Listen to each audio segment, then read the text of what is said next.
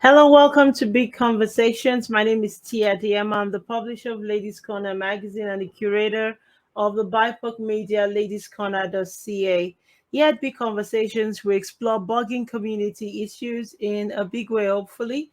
We actually support our work. This is not sustainable in any way, but if you maybe think of supporting us, we may be able to stay here or carry on producing content like this. We just had my sister Junior Noah. Now we have Dr. Florence Akindele. She has 30 years of experience as a doctor and 20 years as an obstetrician, gynecologist. I could even pronounce that word the right way. She holds a master's degree in public health, and she has worked in various aspects of women's health in Nigeria, Swaziland, South Africa, and now Alberta, Canada. She's a loving mother of four and a grandmother of six. Please join me in welcoming Dr. Florence Akindele for the first time to Big Conversations. Yes. Hello, Hi. hello, Dr. Akindele. Hi. Good evening, Mama. Apologies for keeping you waiting. I'm dreadfully sorry. You really don't need to be. I enjoyed the discussion so much. And, just watching you and Dunia. Julia. Yeah, Yeah. beautiful conversation. I loved it. Oh, thank you. Dr. Akindele, 20 out of the percentage is 20 out of what have I got here? It says 20% to 80% of women develop fibroids by the time they reach 50. Now, I understand fibroids is common in women in their 40s and early 50s, but not all women with fibroids will have symptoms. I have fibroids, but I don't have excessive blood but I've got fibroids. So am I gonna die? No, you are not going to die. Actually, fibroids are benign tumors. They are not, they hardly turn into cancer. Um, Few of them will turn into fibrosarcoma, but less than 1%. So if fibroids and quite like she said, 20% at least of women would have uterine fibroids, but they don't hurt. Like you wouldn't even know it was there. So in a way, we get to know more these days when women go through ultrasound for other reasons that they may have uterine fibroids. In the days when ultrasound was not that common, you may not even know. And people will go through their reproductive years, have all their babies, and you wouldn't know they have uterine fibroids. So no, nobody's going to die because of uterine fibroids. Which is far-fetched, this is far-fetched, what might kill is if a woman were to bleed um, so much from the uterine fibroids during surgery, or if she menstruates that badly. But hardly would you find uterine fibroids turning into cancer or killing. Okay. So, mommy, your volume is a bit low. Can you hear me? Okay. Are you able to increase? I hear you okay. I'm sorry, I'm not home. Sorry about that. I had to just Oh, make thank you this so up, much. and I'm trying to make it work. You hearing me? Yes, it's fine. I was just Okay. texting. Okay, that's Okay. fine. Thank you That's so good. much. So what I've been Googling this thing on internet, and one of the questions I got was I've got fibroids. It's affecting my sexual life. Does fibroids prevent you from having sex? Or is it that the sex I don't know. What's the problem there with your sex life from fibroids? Not directly related, unless for the ones that have very big sizes. So I've seen uterine fibroids be like the size, make the uterus feel like the size of a 9 month pregnancy. That's how bad it can be. Some are small and can become incarcerated in the pelvis, which means they're small enough to just kind of press on the bladder because the uterus is lying directly on the bladder. Or sometimes they can be, if the uterus is retroverted, which means the uterus is lying backward, the a pedunculated fibroid can get stuck between the uterus and the back, at the cul-de-sac. So there can be painful or uncomfortable intercourse, but it's not like a direct cause. Like if you touched a fibroid, it will become tender or painful. No, not usual like that. When fibroids become painful is when they undergo degeneration. And the most common is the red degeneration of pregnancy. The rare degeneration of pregnancy only happens in pregnancy. So yes, that might be painful. That might cause painful intercourse and uh, even pain without any kind of provocation at all. So those are the kind of direct causes, but otherwise, fibroids are not painful. Okay. They could cause dysmenorrhea, which is painful menstruation, because then the uterus is contracting. Sometimes it feels like the uterus, depending on the kind of uterus, because depending on the kind of fibroids. Uterine fibroids can be anywhere. It can be right inside the uterus. Can feel like a polyp because it's in this we call it the submucosal ones, and it can be pedunculated. So it means the uterus feels like something is in here that I must get out. So it keeps contracting, trying to push it out. And so that gives those kind of crampy pain, and that can be really bad. Okay. Yeah, so I'm just wondering, Ma, is this please correct me if I'm wrong. Is it true that it's just mostly African women that have fibroids? And if this is true, it's come from hell, hasn't it? This is from the devil to stop black women from procreating. Actually, it's not only black women that have uterine fibroids. Caucasians have uterine fibroids. It's just more common in black women. And in a way, it's been interesting in my own career because I've worked a lot amongst African women, and now I work a lot among Caucasian women. And I see that there are some diseases that are more common amongst the Africans than amongst the Caucasians. With Africans, we tend to have more of the fibroids. We tend to have more of keloids, hypertrophic scars. When a black woman has cesarean section, you can, for repeat cesarean section, I find personally that quite a lot of adhesions and dense tissue that you really have to get ready for, prepared for before you go for surgery. Whereas for Caucasian women, the connective tissue tend to be more flexible, less of hypertrophic scar, so less of fibroids, but more of prolapse. So you will find more of uterine prolapse, bladder is prolapsing, pushing down into the vagina and all that, more common amongst Caucasians. So I don't know if we would say, I think all diseases are from hell actually.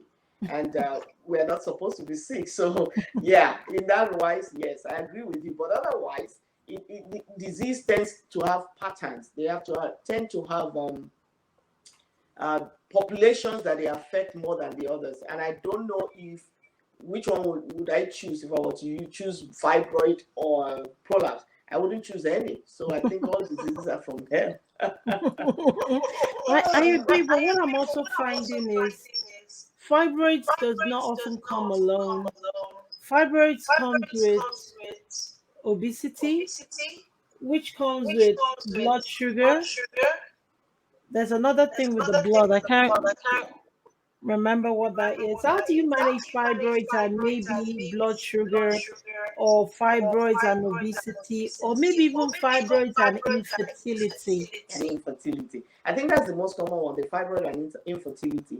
Fibroids are not direct causes of infertility, except, of course, you have the ones that are submucous, which means it's right inside the uterine cavity, and it is blocking, or they are blocking both of the openings of the fallopian tube, which is very rare.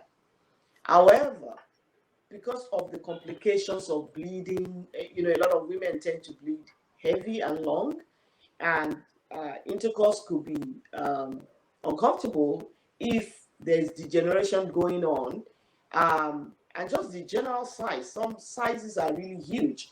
All that combined would make getting pregnant really difficult, starting from not enough or not infrequent intercourse because of pain, I mean, obviously, or discomfort, or the fact that if the fibroids are at the ostia, where the fallopian tubes are opening, then they could block sperm ascent and fertilization. Then there could be implantation problem if there are multiple fibroids that are aborting on the endometrial surface in the uterine cavity. So there are those ways where it could cause infertility. But when we talk about fibroids causing obesity, there are associations. So again, it's not like fibroids would cause blood sugar issues or diabetes. They are more of association. They are more of, you find the medical conditions, diabetes, hypertension, obesity, hypercholesterolemia, which means a high cholesterol in the blood. Those kind of things tend to go together. And then obesity in itself, if you want to see many things that are associated, one of them would be uterine fibroids. So it's not directly causal, but quite a lot associated. You find them together. And so that's the true picture. And the most common one that we can say, okay, this may be causal, would be infertility. Okay. Dr. Akindele, several things here.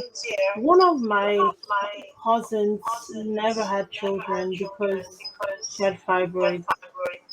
And so I started to look for remedies. And they say if you drink the back of a particular leaf, I think it's a Ghanaian root tree called atai.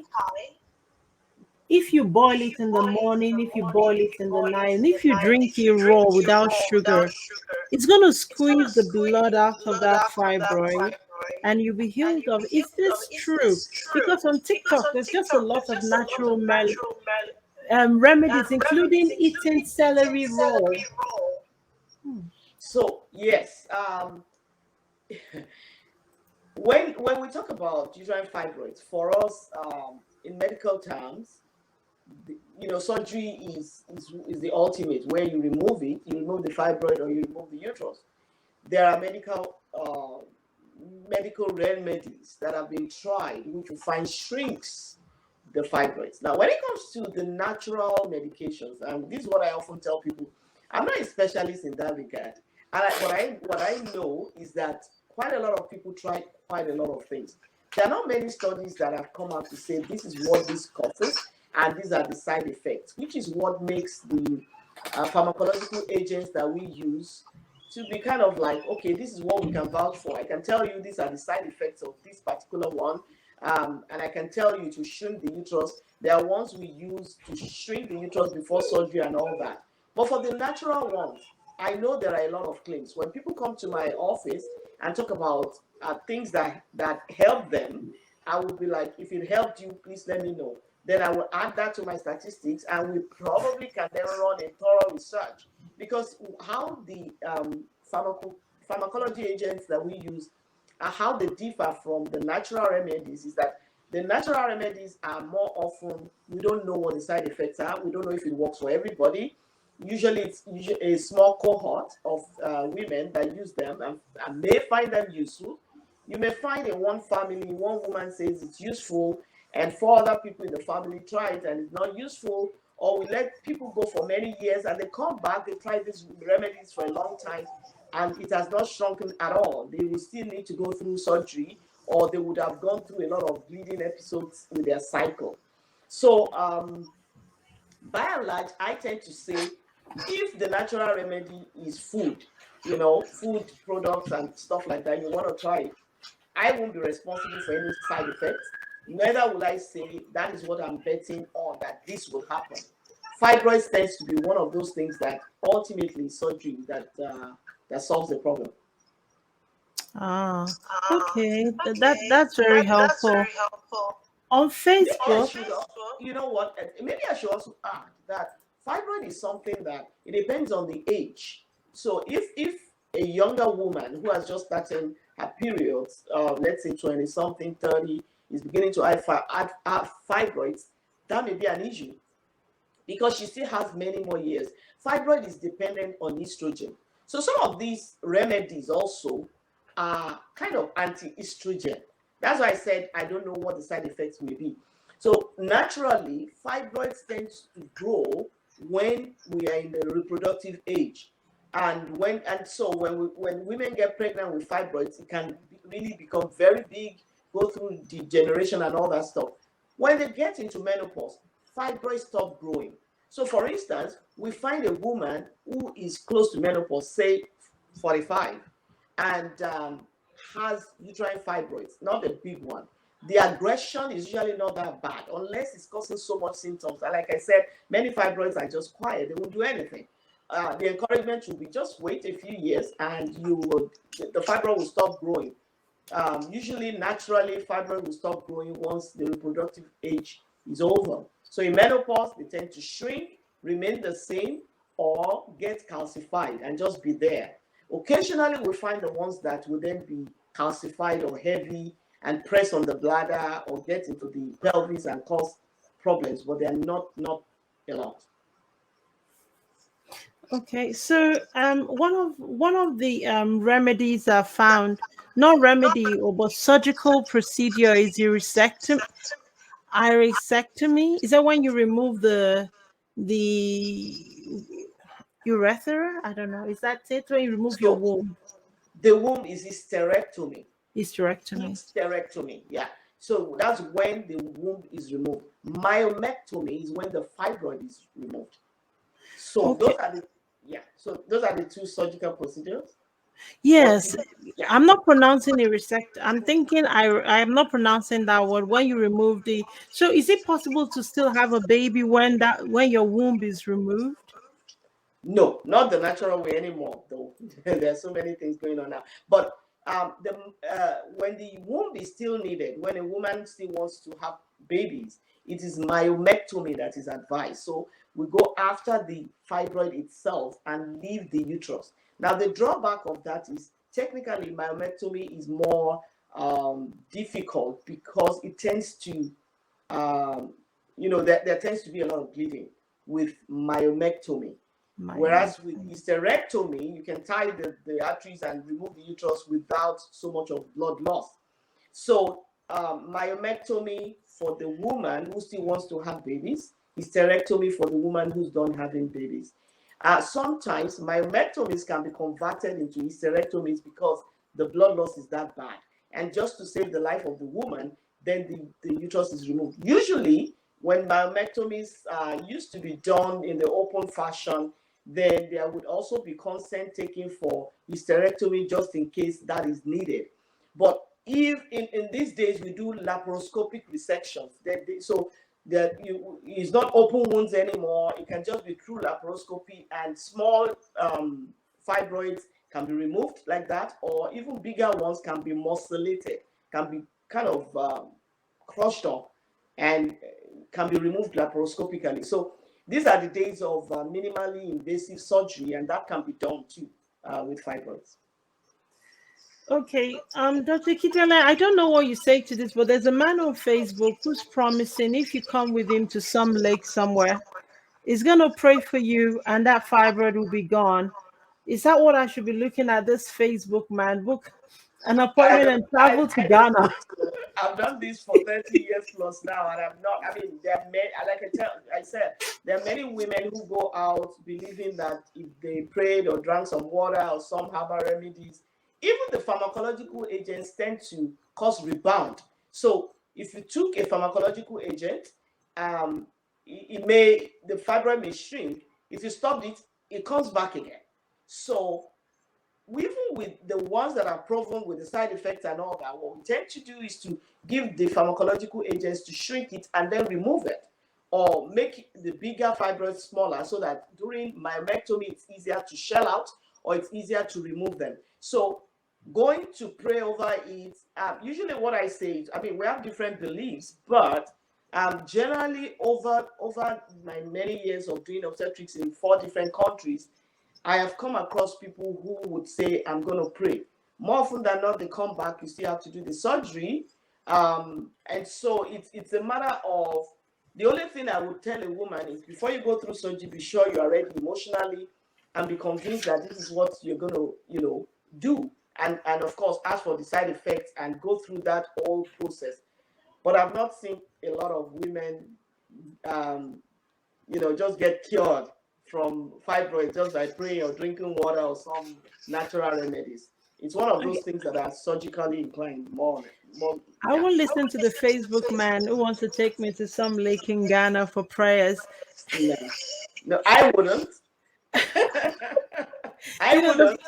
The first thing you said, oh, I asked you, I've got fibroids, am I gonna die? You said it's not fatal. Could you repeat that again so it can sink into the subconscious of any woman listening?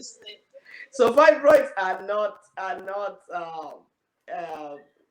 it's not a disease condition that will kill. It's absolutely, totally, almost totally benign. Only very few will turn cancerous, and that would have happened, I think, even without the fibroids, because it's just a cancer of the smooth muscles of the uterus, which is very rare. So cancers, uterine fibroids do not cause cancer. Ordinarily, uterine fibroids do not kill. They tend to be benign. They present differently depending on the size and the location. The most common presentation will be bleeding during your period, heavy bleeding, prolonged bleeding, dysmenorrhea, which is pain during the period, and sometimes it will be presenting in pregnancy with red degeneration, some pain, but generally not a killer. And that is enough for me. Dr. Akindele, I want to say a big thank you for spending your Saturday evening with us, for shedding light on a condition some women find very difficult to talk about. It's shrouded in privacy, and I believe some Black women are even ashamed to say they have fibroids growing within their womb or whatever. But I thank you for dealing with it surgically. There's no Facebook prayer man anywhere, and I won't be drinking any juice when I go on holiday.